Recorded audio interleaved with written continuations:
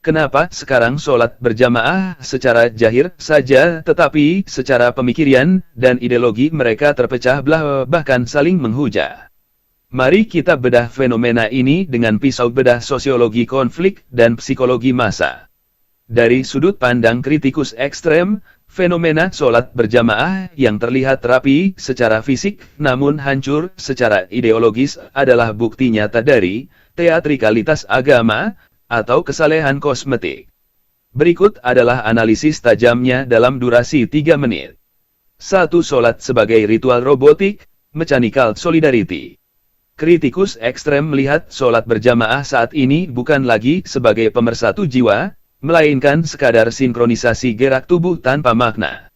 Mengacu pada konsep mechanical solidarity dari Emile Durkheim, persatuan yang hanya didasarkan pada kesamaan ritual fisik adalah bentuk persatuan yang paling primitif dan rapuh. Kritik, secara fisik mereka merapatkan saf, tetapi secara kognitif mereka sedang membangun tembok raksasa.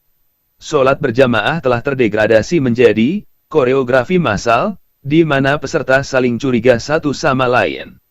Jamaah tabligh, salafi, dan kelompok tradisionalis bisa berdiri dalam satu saf, namun di dalam kepala masing-masing, mereka mungkin sedang mengkafirkan atau menyesatkan orang di sebelahnya. 2. Fetisisme zahir versus kebangkrutan intelektual. Kritikus ekstrem berpendapat bahwa umat saat ini terjebak dalam fetisisme zahir, obsesi berlebihan pada penampilan luar, panjang jenggot, posisi tangan saat sedekap, cara berpakaian, karena mereka tidak lagi mampu berdialog secara intelektual. Analisis, karena mereka gagal menyatukan pemikiran, ideologi, mereka melarikan diri ke simbol fisik. Saling menghujat terjadi karena setiap kelompok mengklaim memiliki kunci surga yang eksklusif. Sholat berjamaah hanya berfungsi sebagai gencatan senjata sementara selama 10 menit, yang setelah salam, permusuhan ideologis berlanjut kembali di media sosial dan mimbar-mimbar dakwah. 3. Agama sebagai alat identitas, bukan kebenaran.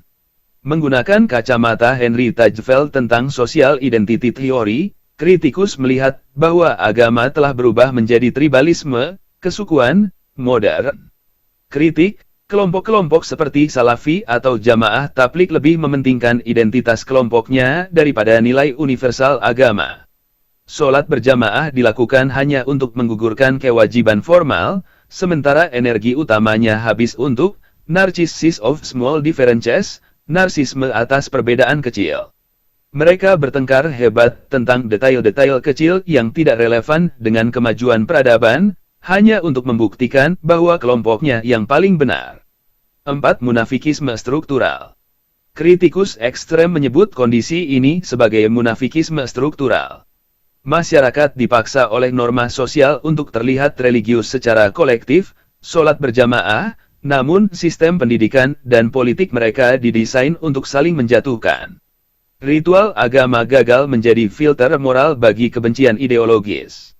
Referensi dan dasar kritik. 1. Emile Durkheim, The Elementary Forms of the Religious Life mengenai bagaimana ritual kolektif seharusnya menciptakan effervescence atau kesadaran kolektif, namun dalam kasus ini gagal karena hanya berhenti pada aspek fisik.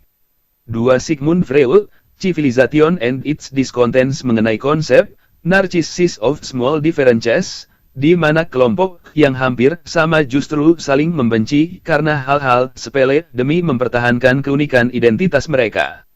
3. Michel Foucault, Discipline and Punish sholat berjamaah yang hanya tertib secara fisik tanpa kesatuan ideologi dapat dilihat sebagai bentuk pendisiplinan tubuh, tanpa keterlibatan subjek yang merdeka. 4. Karl Marx, The German Ideologi mengenai bagaimana ideologi sering kali menjadi kesadaran palsu, false consciousness, yang memisahkan manusia satu sama lain di bawah payung institusi yang tampak bersatu. Kesimpulan, secara ekstrem, sholat berjamaah saat ini hanyalah sebuah fars, lelucon, sosiologis. Saf yang rapat bukan cerminan hati yang menyatu, melainkan cerminan dari ketidakmampuan individu untuk berpikir mandiri di luar dogma kelompoknya. Mereka bersatu dalam gerakan sholat, namun terpecah dalam kemanusiaan.